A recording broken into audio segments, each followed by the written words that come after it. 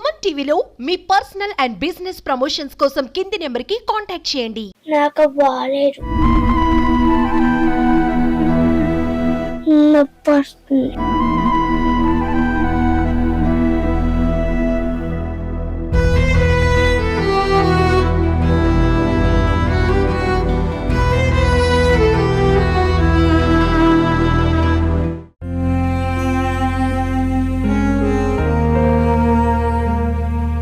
మీరే ఆదుకోవాలి సార్.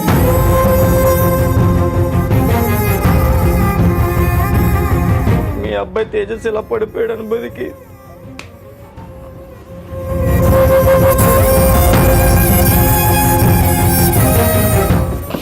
ఈ చెయ్యి ఇరిగిపోయింది.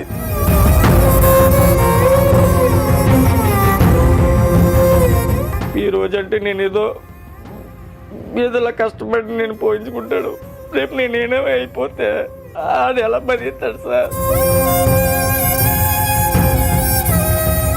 Hi views, welcome to Suman TV. నేను మీ తారక్. ఈ రోజు నేను మీకు ఒక పిల్లవాడిని పరిచయం చేయబోతున్నాను. నేను ఎన్నో స్టోరీలు చేశాను, ఎన్నో కథలు విన్నాను, కానీ వీడి కథ వినేసరికి నాకు గుండె తరుక్కుపోయింది. వీడు 4 ఏళ్ల వయసులో 2 అంతస్తుల మేడ మీద నుంచి కిందికి జారి పడడం వల్ల వీడి తల పగిలి వీడు పక్షవాతానికి గురి అయ్యాడు, మంచానికే గురి అయ్యాడు. వాడు వయసు పిల్లలందరూ కూడా ఆడుతూ పాడుతూ చక్కగా స్కూల్కి వెళ్తూ చదువుకున్న వయసులో వీడైతే మంచానికి పరిమితం అయ్యాడు. ఒక్కసారి వాడిని మీకు పరిచయం చేస్తాను, నాతో పాటు మీరు కూడా వచ్చేసాడు. తేజస్, తేజస్, తేజస్ చూడు, అన్నీ వచ్చాను. ఎలా ఉంది ఇప్పుడు? ఎలా ఉంది ఇప్పుడు? నాకు బాలేదు.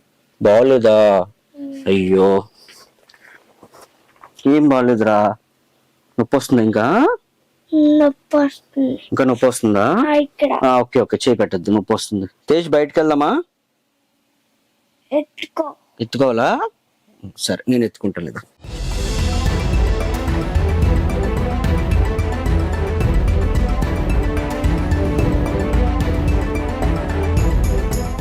చూసారు కదండి వీడి పరిస్థితి. 4 ఏళ్ల వయసులో 2 అంతస్తుల మేడ నుంచి కాలుజారి పడడం వల్ల ఈ తలదైతే ఇక్కడ చాలా దారుణంగా దెబ్బ తగిలింది. ఇక్కడ సగం స్కల్ అయితే లేదు. చూసారు కదా, 2 సర్జరీలు జరిగినాయి. 2 సర్జరీలు కూడా ఫెయిల్ అయినాయి అబ్బాయికి. దీనివల్ల కాళ్ళు చేతులు అయితే వీడికి రావు. తర్వాత వీడు ఎందుకు చూస్తున్నాడో, ఎందుకు నవ్వుతున్నాడో కూడా ఎవరికి అర్థం కాలేని పరిస్థితి. ఒక్కసారి వీళ్ళ ఫాదర్తో అసలు మాట్లాడదాం మనం. అవ్వండి, ఆయన అయితే ఇప్పుడే వచ్చారు. ఎలా ఉంది రమేష్? లేక ఊరుకో. ఈయనండి తేజస్ అని ఫాదర్. ఒకసారి ఆ రోజు అసలు ఏం జరిగింది, అసలు ఆ 2 అంతస్తుల మేడ మీద తను ఎందుకు ఎక్కాడు, అసలు ఏ ఊర్లో పడిపోయాడు అనేది ఒక్కసారి మనం తెలుసుకుందాం. ఒకసారి రమేష్, బాధపడద్దు. నువ్వు ఎంత కష్టంలో ఉన్నావో నీ ప్రాబ్లమ్స్ లో నుంచి బయటకు తీసుకురావడానికి నేను వచ్చాను. మీరే ఆదుకోవాలి సార్. ఏం పర్లేదు, ఓకేనా? ఒకసారి మాట్లాడదాం. అసలు ఏం జరిగింది వాడికి, అసలు ఎలా జరిగింది? నువ్వు కాసేపు కంట్రోల్ అవ్వు.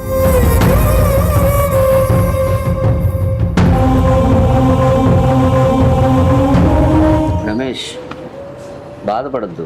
నీ ప్రాబ్లం నేను సాల్వ్ చేయడానికి నేను వచ్చాను. వీడికి ఒక మంచి అంటే ఒక సొల్యూషన్ చూపించడానికి నేను అయితే వచ్చాను ఇక్కడికి. నువ్వు అసలు వాళ్ళకి ఏడుస్తుంటే అసలు ఆ రోజు ఏం జరిగిందో కూడా మేము ఎవరికి చెప్పలేము. ఓకే, నువ్వు అసలు ఏడు పాపి. ఫస్ట్ అసలు వీడికి ఆ రోజు ఏం జరిగింది ఏంటి ఒక్కసారి చెప్పు.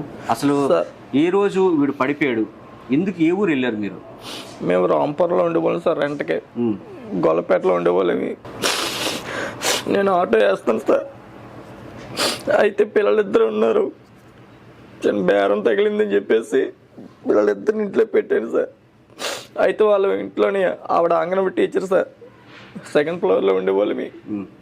ఆవిడ అన్నది, బాబు వెంటనే మమ్మల్ని దించి వచ్చేది, కానీ పిల్లలు మా ఇంట్లో ఉంటారు, మా పిల్లలు ఉన్నారు, చూసుకుంటారు అని చెప్పేసి సార్ చెప్తే వాళ్ళ ఇంట్లో వదిలేసి నేను వెళ్ళాను సార్. పెందుర్తి ఎంఆర్ఓ ఆఫీస్ దగ్గర సార్. వెళ్ళి వచ్చేటప్పటికి వాళ్ళ అమ్మని ఇంట్లోకి వెళ్ళి పొమ్మన్నారట పడుకోండి అంటే. వీళ్ళు పడుకోవడం మానేసి మళ్ళీ వాళ్ళ అబ్బాయి పిలిచాడు సార్. పరిగెట్టొచ్చి మేడపై జారిపోయి పడిపోయాడు సార్. నాకు ఫోన్ వచ్చింది, ఆ కేంద్రం ఉన్న వాళ్ళు చెప్పారు సార్, మీ అబ్బాయి తేజస్ ఇలా పడిపోయాడు అనుభూతికి. నాకు కాలు చేయలేదు, ఆటోను వదిలేసాను. ఏమైంది కూడా తెలుసు, మేరీ చూస్తే బ్లడ్ ఈ చెయ్యి ఇరిగిపోయింది, యువతల దుమ్ము యువతలకు వచ్చేసింది, చేతిలో రూపాయలు లేదు. ఆ పక్కన కిరాణా కొట్టు ఆ ఆయన ఉన్నాడు, నా ఆటో మీద ఎత్తుకొని మొత్తం నలుగురిని కలిపి గోపాలపట్నం హాస్పిటల్ తీసుకెళ్ళాను సార్. బాబు కష్టం, పెద్ద హాస్పిటల్ తీసుకెళ్ళిపోతున్నారు. అంబులెన్స్ ఫోన్ చేస్తే అంబులెన్స్కి వెళ్ళలేదు. అలా పినాకిల్ హాస్పిటల్ తీసుకెళ్ళిపోయారు సార్. పినాకిల్లో తీసుకెళ్ళిపోతే స్టార్టింగ్ 2 లక్షలు కట్టారన్నారు. ఏం చేయాలో తెలియట్లేదు. మొత్తానికి డబ్బులు ఏర్పడ్డాయి. ఎమ్మెల్యే అదీప్ రాజు వచ్చి మీకు సాయం చేస్తాం అది ఇది అని చెప్పారు, కానీ పట్టించుకోలేదు సార్. మొత్తానికి నువ్వు అసలు ముందు ఏడు పాప, ఫస్ట్ నువ్వు ఏడుపు కంట్రోల్ చేసుకొని నువ్వు ముందు ఏడు పాప చెప్తా. అసలు ఆ రోజు హాస్పిటల్ జాయిన్ చేసిన తర్వాత ఏం జరిగింది? హాస్పిటల్లో జాయిన్ చేసిన తర్వాత 1 గంటన్నర చేశారు సార్. అయితే ఆరోగ్యశ్రీ లేదు సార్ అక్కడ. ఆల్రెడీ ఎంబీ వెళ్ళాం, వెళ్తే అక్కడ ఆరోగ్యశ్రీ అవుతుంది అన్నారు, కానీ బాబు కండిషన్ చూసి చేయలేం, చచ్చిపోతాడు కదిపితే అన్నారు. ఆ పక్కనే Q1 తీసుకెళ్ళాను సార్, అక్కడ అదే చెప్పారు. తర్వాత కాంప్లెక్స్ దగ్గర 7 హిల్స్ ఏదో ఉంది, అక్కడ చెప్పారు బాబు పరిస్థితి అసలు కండిషన్ బాగాలేదు, కదిపితే మాత్రం చచ్చిపోతుంది అన్నారు. కేహెచ్కి తను తీసుకుపోదాం అనుకున్నాం, ఏదైతే అవుతుందని.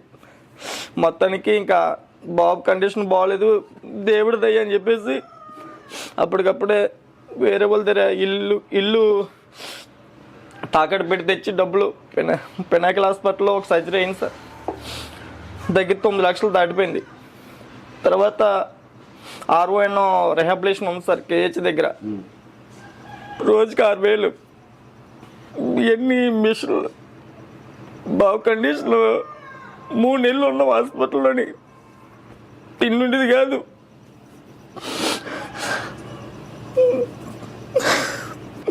నేను ఏ పాపం చేశానో తెలీదు. చిన్నప్పుడే నాకు ఈ కష్టం లేట అని చెప్పేసి ఎంతో ముడిసిపోయేవాడిని. ఈయన చూసి చాలామంది కుర్రోడు చక్కగా ఉన్నాడు అని అనేవారు. ఏమేదో తెలీదు. 3 నెలలు కట్టి 5 లక్షలు అయింది సార్ అక్కడ. తర్వాత మెస్ పెట్టాలమ్మా, అది దుమ్ము ఫ్రిడ్జ్లో పెట్టారు సార్. పెద్దవాళ్ళకి అయితే పొట్టలో పెట్టాలంట, చిన్నపిల్లడు కదా, ఆ చెప్ప డీ ఫ్రిడ్జ్లో పెట్టారు పినాకిల్ హాస్పిటల్లోని. ఆ డాక్టర్ గారు మెడికవర్కి వెళ్ళిపోయారు. మళ్ళీ అక్కడ సర్జరీ చేయాలంటే మళ్ళీ చేశారు సార్. అక్కడ 4 లక్షలు అయిపోయింది సార్.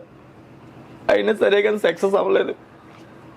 పెచ్చులు ఇక్కడి నుంచి మొత్తం అంతా ఇక్కడి నుంచి వచ్చేసి సార్ పెచ్చులు చిన్న పెచ్చులాగా ఫెయిల్యూర్ అయిపోయింది. మళ్ళీ బాబుకి మెస్ పెట్టాలన్నారు సార్. ఇంకొక 2 సంవత్సరాలు పడుతుంది అని చెప్పారు. సంవత్సరం అవుతుంది. నేను హాస్పిటల్కి బిల్లు ఉన్న చూపిస్తాను. ఇప్పుడు వచ్చి హాస్పిటల్ తీసుకెళ్ళి సంవత్సరం అవుతుంది. సోమత లేక ఆటో సర్వీస్ లేవు.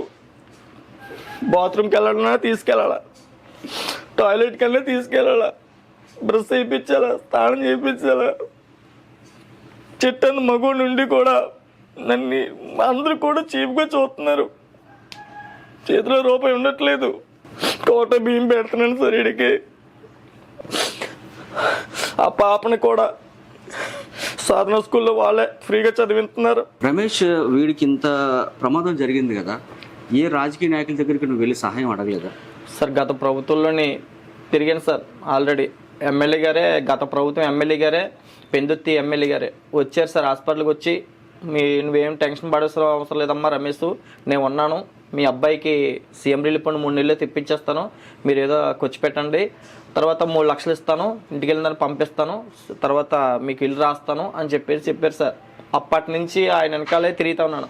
హాస్పిటల్ 3 హాస్పిటల్ బిల్లు కూడా ఆ ఎమ్మెల్యే గారికి ఇచ్చాను సార్. గత ప్రభుత్వం ఎమ్మెల్యే గారికి ఇస్తే ఆ బిల్లు పాడేశారట సార్. ఎక్కడ పాడేశారో తెలీదు. పాడేస్తే తిరిగిందంటూ ప్రతి అధికారి దగ్గరికి వెళ్ళాను సార్. ఆయన పట్టించుకోలేదు. ఏ అధికారుల దగ్గరికి, తర్వాత సెక్రటేరియట్ కూడా వెళ్ళాను సార్. ఎక్కడికి వెళ్ళా మీ ఎమ్మెల్యే గారిని అడగండి అని చెప్పారు సార్. పట్టించుకోలేదు సార్. ఇప్పుడు 3 సంవత్సరాల నుంచి తిప్పుకొని ఉన్నాడు. ఆయన వెళ్తే వీడికి ఏదో అప్పున్నాడు వచ్చేస్తాడు, బయటికి గెంటండి అని చెప్పేసి అన్నాడు సార్. నా కొడుకుని చూసి కూడా జాలేదు ఆయనకి. ఆ ప్రభుత్వంలో ప్రతి నాయకుడి దగ్గరికి వెళ్ళి కాళ్ళు కూడా పట్టుకున్నాడు, పట్టించుకోలేదు.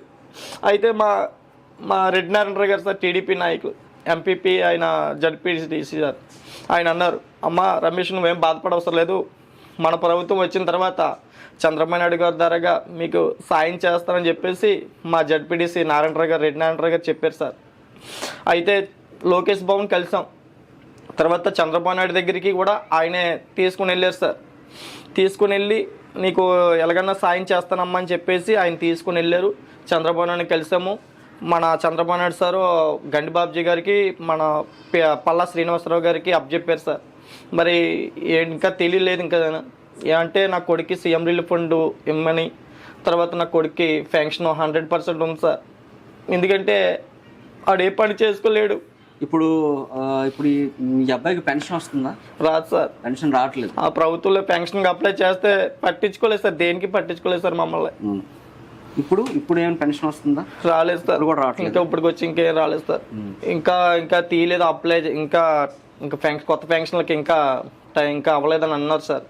అయితే చంద్రబాబు నాయుడు గారిని పెన్షన్ కోసం మనకి రావాల్సిన సీఎం రిలీఫ్ ఫండ్ వస్తే కొంచెం అప్పు తీరుతాయి కదా అని చెప్పేసి అనుకున్నాను సార్. కానీ అప్పులు పెరిగిపోతున్నాయి సార్, వడ్డీలు కట్టలేని పొజిషను, ఇంట్లోకి తినడానికి లేదు, ఎక్కడ ఓ మనిషి ప్రత్యేకంగా ఉండాలి సార్. ఇప్పుడు చిన్నప్పుడు ఫోటోలు చూస్తే ఎంత అందంగా ఉన్నాడో అని నాకు అనిపించింది. నాకే కాదు, చూసిన ప్రతి ఒక్కరు కూడా అది ఎంత అందంగా ఉన్నాడే, ఇప్పుడు చూస్తే వీడి పరిస్థితి అలాగ అయిపోయింది కదా. సో కడుపు తరుక్కుపోతుంది రమేష్. అసలు వీడికి ట్రీట్మెంట్కి ఎంత ఖర్చు అవుతుంది? అసలు ఇప్పటికీ నువ్వు హాస్పిటల్కి తీసుకెళ్ళి ఎన్ని రోజులు అవుతుంది సార్? హాస్పిటల్ తీసుకెళ్ళి సంవత్సరం అవుతుంది సార్. 1 year అయిపోతుందా? 1 year అయిపోతుంది. మందులు కూడా కొనలేని పొజిషన్. మరి నీకు నీ ఫ్రెండ్ సర్కిల్ కానీ చుట్టుపక్కల కానీ ఎవరు కూడా సపోర్ట్ చేయలేదా? అంటే ఇంకెవరు సపోర్ట్ చేస్తారు సార్? ఎవరు ప్రాబ్లమ్స్ అని అందరూ కూలి పని చేసుకున్న వాళ్ళు ఇక్కడ వాళ్ళు అందరూ ఏ చేయాలో కూడా తెలియదు. గవర్నమెంట్ కూడా మాకు సాయం చేయలేదు. అప్పుడు మొన్న చంద్రబాబు నాయుడు కలిసాను సార్, లోకేష్ని కలిసాను. చంద్రబాబు నాయుడు గారు ఏమన్నారు? చంద్రబాబు నాయుడు చేస్తానమ్మా అని చెప్పేసి అన్నారు సార్. పల్లా శ్రీనివాసరావు గారు ఉన్నారు కదా, ఆయనకి అప్పచెప్పారు గండిబాబ్జీ గారికి. వాళ్ళు చేస్తామమ్మా అని చెప్పేసి భరోసా ఇచ్చారు. ఓకే, మరి ఏమో తెలియదు సార్. నా కొడుకు కూడా ఫెన్షన్ రావాలి సార్. ఈ రోజు అంటే నేను ఏదోలా కష్టపడి నేను పోయించుకుంటాడు, రేపు నేనేమో అయిపోతే అది ఎలా బతిస్తాడు సార్? ఇప్పుడు నేను చూసుకుంటాను, ఎవరు చూసుకుంటాడు అర్థమవట్లేదు. ఓ మనిషి ప్రత్యేకంగా ఉండాలి సార్. పిల్లలందరూ ఆడుకుంటారు, డాడీ నేను ఎప్పుడు ఆడుకుంటూ పిల్లలతో ఉంటాడు. పిల్లలందరూ స్కూల్కి వెళ్తున్నారు సార్, డాడీ నేను స్కూల్కి వెళ్ళి చదువుకుంటాను అంటాడు. ఏం చదువుతాడు డాడీ వెళ్ళి? ఆ పిల్లలందరూ ఇడికెళ్ళి చూసుకుని ఉండిపోతున్నారు. చదవలేడు, రాయలేడు. ఆడి జీవితం ఏంటో నాకేం అర్థమవట్లేదు. నేను కూలి పని చేసో ఏదో అడుక్కోవడం చేసి పోయించుకుంటాను. ఇప్పుడు రేపు ఆడి పరిస్థితి ఏంటో నాకేం అర్థమవట్లేదు సార్. నేను చాలా ఊహించుకున్నాను నా జీవితం, ఎవరు సాయం చేయలేదు. పోయిన ప్రభుత్వం కనీసం ఎమ్మెల్యే చుట్టూ తిరిగాను, వీడికి అప్పున్నట్టు వచ్చేస్తాను బయటికి గెంటండి అన్నాడు ఆయన. ఏడ్చి అప్పుడు చచ్చిపోవాలనిపించింది. ఇప్పుడన్నా ఈ ప్రభుత్వం ఏం చేస్తారో తెలియదు, చేస్తారని నమ్మకం ఉంది సార్ నాకు. 100% చంద్రబాబు నాయుడు చెప్పారు చేస్తారని ఉంది సార్. కానీ ఇది కేరళ ట్రీట్మెంట్ చేయించాలన్నారు సార్. దీనికా? ఈ చేతికి కాలు కింద సార్. ఓకే, తర్వాత వస్తుందా? ఓ సరే ఇలా పెట్టుకున్నానా? తర్వాత మెస్ పెట్టాలన్నారు సార్. మెస్ పెట్టడానికి 4-5 లక్షలు అవుతుంది అన్నారు సార్. ఈ ట్రీట్మెంట్కి ఇక్కడ సబ్బవరం దగ్గర కోడూరు ఉంది సార్, అక్కడ చేస్తారట సార్. అదొక 4 లక్షలు ఎంత అవుతుందని చెప్పారు. కానీ ఏం చేస్తాను సార్, ఇప్పుడు ఇప్పటికే 16 లక్షలు అయిపోయింది. 16 లక్షలు అయింది? 16 లక్షలు అయిపోయింది సార్. 3 hospital sir. కళ్ళుకి ఎల్వి ప్రసాద్ హాస్పిటల్ చూపించాను సార్. చూపిస్తే కళ్ళు బాగానే ఉన్నాయి, దానికి సంబంధించిన నరాలు ఉంటాయి, డ్యామేజ్ అయిపోయి చూపు ఇంకా జీవితాంతం చూపు రాదని చెప్పేసి సదరన్ సర్టిఫికేట్ కూడా ఇచ్చారు సార్. నా కొడుకు పెన్షన్ వస్తుందని అది తెలుసుకుంటే పెన్షన్ అన్నా భయం. అంటే అవుక నా ఊహించుకోలేకపోతున్నాను సార్. నా కొడుకు చిన్నప్పుడు ఫోటోలే నాకు గుర్తు వస్తుంది గుండెల్లోని. ఫోటోలు చూడకపోయినా చెప్పినా ఇది ఊహించుకోలేకపోతున్నాను సార్. నేను ఒంటరిగా ఉంటాను ఇంట్లోని. రమేష్, ఇప్పుడు నువ్వు ఇంట్లోనే ఉండి ఈ అబ్బాయిని చూసుకుంటున్నావా? నేను ఇంట్లో ఉండి చూసుకుంటాను సార్. మరి ఇంట్లో మరి మీ అందరికి పోషకాహారం ఎలాగా? మా ఆవిడకి వచ్చి తెస్తుంది సార్, దేనికి సరిపోవట్లేదు. చీటీలు కట్టాలా, చీటీలు అవ్వబోదికి ఫస్ట్ తారీఖు ఒక చీటీకి 5,000 కట్టాలి సార్. 6 లెవెల్లోని ఒక చీటీకి 15వ తారీఖు వస్తే 6,000 కట్టాలా. ఈ డబ్బులన్నీ కూడా ఈ ట్రీట్మెంట్కి వాడేశారా? మొత్తం అన్ని సార్, అప్పులన్నీ చేస్తాం ఈ ట్రీట్మెంట్కే. వాళ్ళు అన్నీ లేదు, వీళ్ళు లేదు. ఆ టైంలో అందరూ ఇచ్చారు బాబు కోసం. ఆ చూసి బాధపడే వాళ్ళు ప్రతి ఒక్కరు. ప్రజెంట్ రెంట్ లేకుండా ఉంటున్నాం సార్. ఇది వాళ్ళు కొంచెం కనికరించి పోలే అందాక మీ పరిస్థితి బాగోలేదు కదమ్మా అని చెప్పేసి రెంట్ కొండ అని చెప్పేసి ఇంకొక సంవత్సరం వరకు మమ్మల్ని రెంట్ అది అడగనన్నారు సార్. డబ్బులు ఇచ్చేయాలి వాళ్ళకి. వడ్డీలు పెరిగిపోతున్నాయి సార్. వడ్డీయే కట్టాలా, ఇంట్లో తిన్నాకే తేవాలా. ఆటోలు చూస్తే సర్వీసులు, ఒక టికెట్ వచ్చిందంటే ఆ టికెట్ కోసం ఎన్నో ఆటోలు ఉంటున్నాయి. ఎలా బతికి ఏడుపు వస్తుంది, చచ్చిపోవాలనిపిస్తుంది.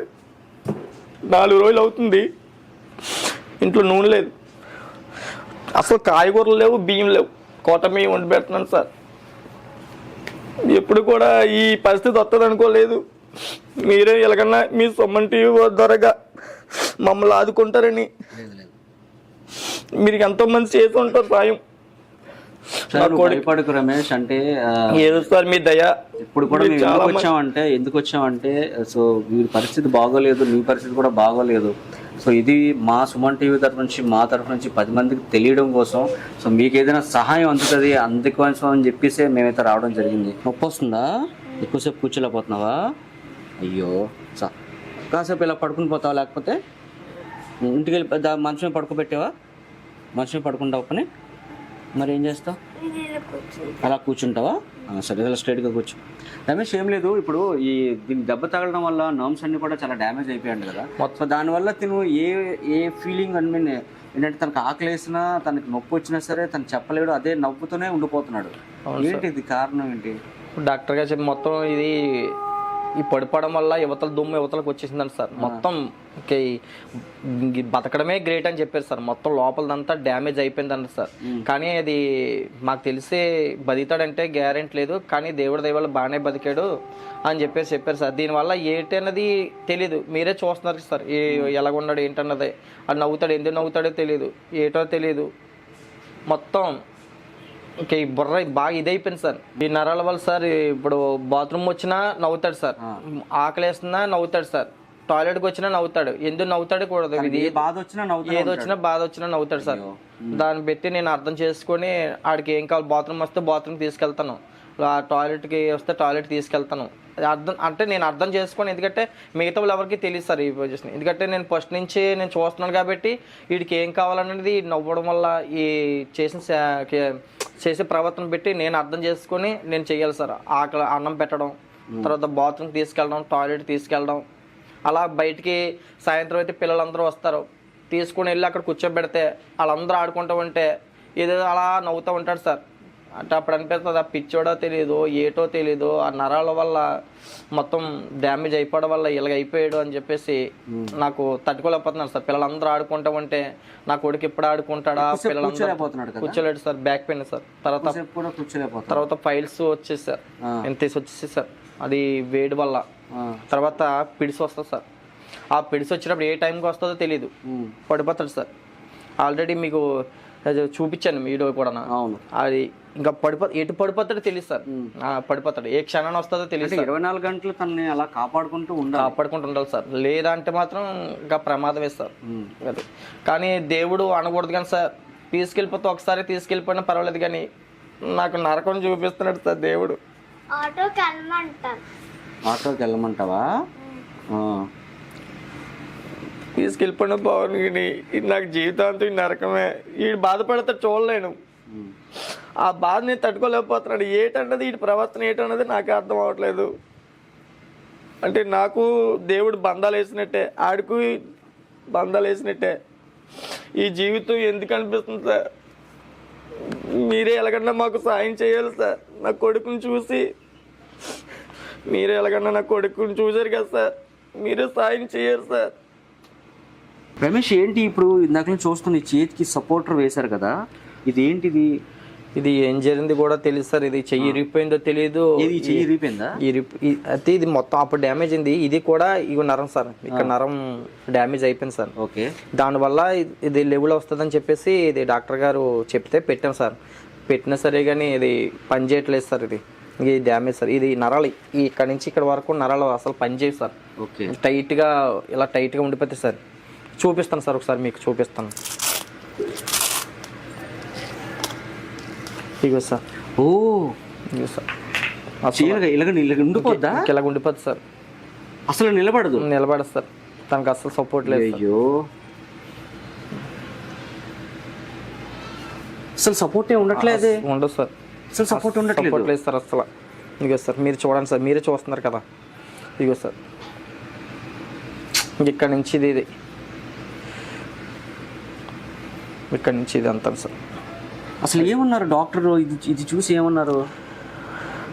డాక్టర్ గారు అయితే మీరు ఫిజియోథెరపీ చేసినా సరే కానీ మేము చేయడం అంటే చేస్తాం కానీ మేము చెప్పలేమని చెప్పేసి చెప్పారు సార్. ఇది ఇక్కడ రిహాబిలేషన్ ఉంది కదా సార్ మన కేజీహెచ్ దగ్గర, అక్కడ చేయించాం సార్. వాళ్ళు ఏంటంటే మేము చేయడం చేస్తాం కానీ అది మేమేం చెప్పలేము అని చెప్పేసి చెప్పారు సార్. కాకపోతే ఇది కేరళ ట్రీట్మెంట్ చేయించాలంటున్నారు సార్. నా దగ్గర స్తోమత లేదు సార్ చేయించడానికి. ఇప్పటికే చాలా అప్పులు చేస్తాను. ఇంకా నా దగ్గర తినడానికి ఇబ్బంది పడుతున్నాను, మందులు కూడా కొనలేకపోతున్నాను. సంవత్సరం అయింది సార్ హాస్పిటల్ తీసుకెళ్ళి. ఇప్పటికి వచ్చి నేను చూపించాలి. అలా వదిలేస్తే పెద్దదవుతుంది తప్ప తగ్గదు కదా. ఏం చేస్తాం సార్, భగవంతుడి దయ, మీరు దయ. ఇంకా నేను చేయించలేను సార్. మీరే ఏదైనా సాయం చేస్తే ఇంకా నేను ఎక్కడైనా ఇస్తారు సార్ అప్పులు. అవి వడ్డీలు కట్టలేకపోతున్నాం. వడ్డీలు పెరిగిపోయి ఒకసారి 3 సంవత్సరాలు అవుతుంది. మీరే ఊహించుకోండి సార్, 15 లక్షలకి వడ్డీ ఎంత అవుతుంది అన్నది. నేను ఇంకా అది కట్టలేకపోతున్నాను సార్. రమేష్, ఇలా వదిలేస్తే ఈ ప్రాబ్లం పెద్దదవుతుంది తప్ప ఇది తగ్గదు కదా రమేష్. ఏం చేస్తాం సార్, ఇంకా మరి నేను చేయడానికి ఏమీ లేదు. ఇంకా తల్లిదండ్రులు ఏదో తాగేసి చచ్చిపోవడం తప్ప ఇంకా వేరే మార్గం లేదు. చాలామంది వస్తున్నారు, వచ్చి వీడియోస్ తీసుకుంటున్నారు, ఫొటోస్ తీసుకొని వాళ్ళు డబ్బులు సంపాదించుకుంటున్నారు సార్. ఫేస్బుక్లోని, ఇన్స్టాగ్రామ్లోని ఇవన్నీ పెట్టుకొని వాళ్ళు డబ్బులు సంపాదించుకుంటారు తప్ప అన్ని చూసి ఎవరు కూడా బాధపడి సాయం చేద్దామని నాదిరి ఎవరు లేరు సార్. ఎవరు సంతోషం కొద్ది వాళ్ళు వీడియోలు తీసుకొని వెళ్ళిపోయి వాళ్ళు డబ్బులు సంపాదించుకున్నారు తప్ప మాకు ఎటువంటి సాయం అందలేదు సార్. మీ సుమన్ టీవీ ద్వారాగా మాకు గవర్నమెంట్ ఏమన్నా సాయం అందిస్తారని కోరుకుంటున్నాం సార్. ఇంకా లేదంటే ఇంక మేము తల్లిదండ్రులకు చచ్చిపోవడం తప్ప వేరే మార్గం ఏం లేదు సార్. మీరు మీ సుమన్ టీవీ వారు మాకు న్యాయం చేయాలి సార్. మీ సుమన్ టీవీ అమ్మతో సమానం సార్. మీ గురించి మాకు తెలిసింది సార్. మీరే ఎలాగైనా సరే ప్రభుత్వానికి తెలియపరుస్తారని కోరుకుంటున్నాను సార్. నా కొడుకు ఫెన్షను సీఎం రిలీఫ్ ఫండ్ తెప్పిస్తారని నేను వేడుకుంటున్నాను సార్. మీ సుమన్ టీవీ అంటే మాకు చాలా నమ్మకం సార్. ఎందుకంటే మీరు చాలామందికి సాయం చేశారు సార్. నేను చూశాను సార్ యూట్యూబ్లో. అది మీరు ఎలాగైనా మాకు సాయం చేస్తారని కోరుకుంటున్నాను సార్. ఖచ్చితంగా రమేష్, కన్ఫామ్గా. ఎందుకంటే వీడి పరిస్థితి, నీ పరిస్థితి చూసి నాకే కాదు ప్రతి ఒక్క మా సుమన్ టీవీ ప్రేక్షకులందరికీ కూడా గుండె కరగాల్సిందే. సో ఖచ్చితంగా సో సరిగుండు ఖచ్చితంగా రమేష్, కన్ఫామ్గా నేనైతే చేసి పెడతాం మేము కూడా. ఎందుకంటే మా తరఫున, మా సుమన్ టీవీ తరఫు నుంచి కూడా సో ప్రతి ఒక్కరు కూడా నీ కథ, వీడి కథ వింటే సో ఎవరికైనా సరే గుండె కరగాల్సిందే. సో ఖచ్చితంగా, సో కన్ఫామ్గా నేనైతే నీకు మాటిస్తున్నాను. సో ఈ వీడియో ప్రతి ఒక్కరి దగ్గరికి రీచ్ అయ్యేలాగా మేమైతే చేస్తాం. మీరు ఎలాగైనా సాయం చేయాలి సార్. సో కన్ఫామ్ రమేష్, ఖచ్చితంగా. ఎందుకంటే నీ కథ, వీడి కథ వింటే అసలు గుండె కరగాల్సిందే ఎవరికైనా సరే. సుమన్ టీవీ ప్రేక్షకులు ఎవరు చూసినా సరే ప్రతి ఒక్కరు కూడా వాళ్ళ గుండె అయితే కరగాల్సిందే. సో కన్ఫామ్గా నీకు ఏదైతే నువ్వు కోరుకుంటున్నావో సో ఈ వీడియో ఖచ్చితంగా మన సీఎం గారు, డిప్యూటీ సీఎం వరకు వెళ్ళేలాగా మేమైతే చూసుకుంటాం. వీడికి సహాయం చేయడానికి మేమైతే చేస్తాం. ఖచ్చితంగా నీకైతే మాటిస్తున్నాం. ఇలాగ మీరే చేయాలి సార్. ఇంకా చాలామంది వచ్చి చూసుకున్నారు కానీ ఎవరు సాయం చేయలేదు సార్. మీరు వచ్చారంటే మాకు ఫుల్ 100% నమ్మకం సార్. మీరే ఎలాగైనా మాకు సాయం చేయాలి సార్. మీతో సుమన్ టీవీ వాళ్ళకి, నీ సుమన్ టీవీ వాళ్ళకి టెన్షన్ పడకు. ఓకే, వీళ్ళు బాగా చూసుకో. ఓకే, మాకు మీరే న్యాయం చేయాలి సార్. లేదంటే మేము తల్లి గురించి చచ్చిపోవాలి తప్ప ఇంకేం మార్గం లేదు సార్. నేను రూపాయి కూడా తెచ్చే పొజిషన్లో లేను సార్. నేను అడుక్కోను, పోయించుకోలేదు. బాధపడద్దు. ఖచ్చితంగా మీరే ఎలాగైనా సాయం చేయాలి సార్. ఖచ్చితంగా భగవంతుడు అనేవారు ఉన్నారు కాబట్టి సో మమ్మల్ని మీ దగ్గర వరకు కూడా తీసుకొచ్చారంటే ఖచ్చితంగా నీకైతే న్యాయం జరుగుతుంది. మేమే మిమ్మల్ని కలుద్దాం అనుకున్నాం సార్. మీరు దేవుళ్ళకి మా కోసం వచ్చారు సార్. లేదు, మీరు న్యాయం చేస్తారని అనుకుంటున్నాడు సార్. 2020 ఆగస్టు 12 తారీఖున చూపించాడు సార్. 2022 ఆగస్టు 12 ఇదే లాస్ట్. అసలు హాస్పిటల్కి వెళ్ళలేదు? లేదు సార్, ఆటో సర్వీస్ లేదు. ఇవ్వండి, 12 ఆగస్ట్ 2022 ఇదే లాస్ట్ అంట హాస్పిటల్కి విజిట్ చేయడం. సో హాస్పిటల్కి వెళ్ళి దాదాపు 2 సంవత్సరాలు అయిపోతుంది. 2 సంవత్సరాలు అయిపోతుంది సార్. చూపించలేని position sir. Report sir, hospital sir. ఇవన్నీ ఏంటిది? హెడ్కి సంబంధించిన సార్. ఓ మనిషి ప్రత్యేకంగా ఉండాలి సార్, పట్టుకోవడానికి కూడా. నిల్చోలేకపోతున్నాడు. నిల్చోలేడు సార్. నేను ఇంకా చూపించలేక ఆటో బేరా లేక ఆర్కే బీచ్ దగ్గర తీసుకుపోయి పడుకుందాం అనుకుని సార్. ట్రీట్మెంట్ కూడా చేంజ్, మందులు కూడా కొనలేకపోతున్నాడు సార్. మీరు చూస్తే తెలుస్తుంది, ఇంట్లో ఏమి కూడా లేదు సార్. కోట బియ్యం పెడుతున్నాడు సార్, తినలేకపోతున్నాడు. ఇగో సార్, ఆడు పొజిషన్ చూసారు కదా, మీరు ఎలాగన్నారు సాయం చేయాలి సార్. చూశారు కదండి ఒక తండ్రి ఆవేదన. ఏ జన్మలో చేసుకున్న పాపమో నా బిడ్డ విషయంలో విధి వికృతించిందని చెప్పేసి తనైతే బాధపడుతున్నాడు.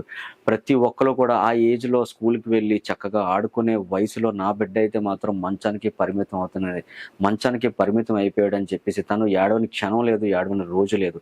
ఎవరైనా సరే ముందుకు వచ్చి నా పరిస్థితి చూసి నా బిడ్డకి నాకు సహాయం చేస్తారని చెప్పేసి ఆ తండ్రి అయితే ఆవేదన వ్యక్తం చేస్తున్నారు. హాస్పిటల్కి తీసుకువెళ్ళి ఆ పిల్లవాడిని 2 సంవత్సరాలు అయితే దాటిపోయిందండి. సో ఇలానే ఉంచేస్తే ఆ పిల్లవాడి ప్రాణానికి ప్రమాదం. తన దగ్గర అయితే తినడానికి కూడా డబ్బులు లేవు, ఆ పిల్లడికి ట్రీట్మెంట్ చేయించిన కూడా డబ్బులు లేవని చెప్పేసి ఆ తండ్రి అయితే ఆవేదన వ్యక్తం చేస్తున్నారు. సో ఎవరైనా సరే దాతలు ముందుకు వచ్చి నా పిల్లడికి సహాయం చేయండి, నా పిల్లడి లైఫ్ నిలబెట్టండి అని చెప్పేసి ఆయన అయితే మనస్ఫూర్తిగా సుమన్ టీవీ తరఫున అయితే కోరుకుంటున్నారండి. సో ఎవరైనా సరే ముందుకు వచ్చి తేజస్కి సహాయం చేయండి. సో ఖచ్చితంగా వాళ్ళ లైఫ్ నిలబెట్టండి. సో 100% వాళ్ళ లైఫ్ అయితే నిలబడుతుందని చెప్పేసి మేమైతే మనస్ఫూర్తిగా కోరుకుంటున్నాం. ఎవరైనా సహాయం చేయాలనుకుంటే ఖచ్చితంగా సుమన్ టీవీని సంప్రదించండి, వాళ్ళకైతే సహాయం చేయండి, వారికైతే ఒక లైఫ్ ఇవ్వండి.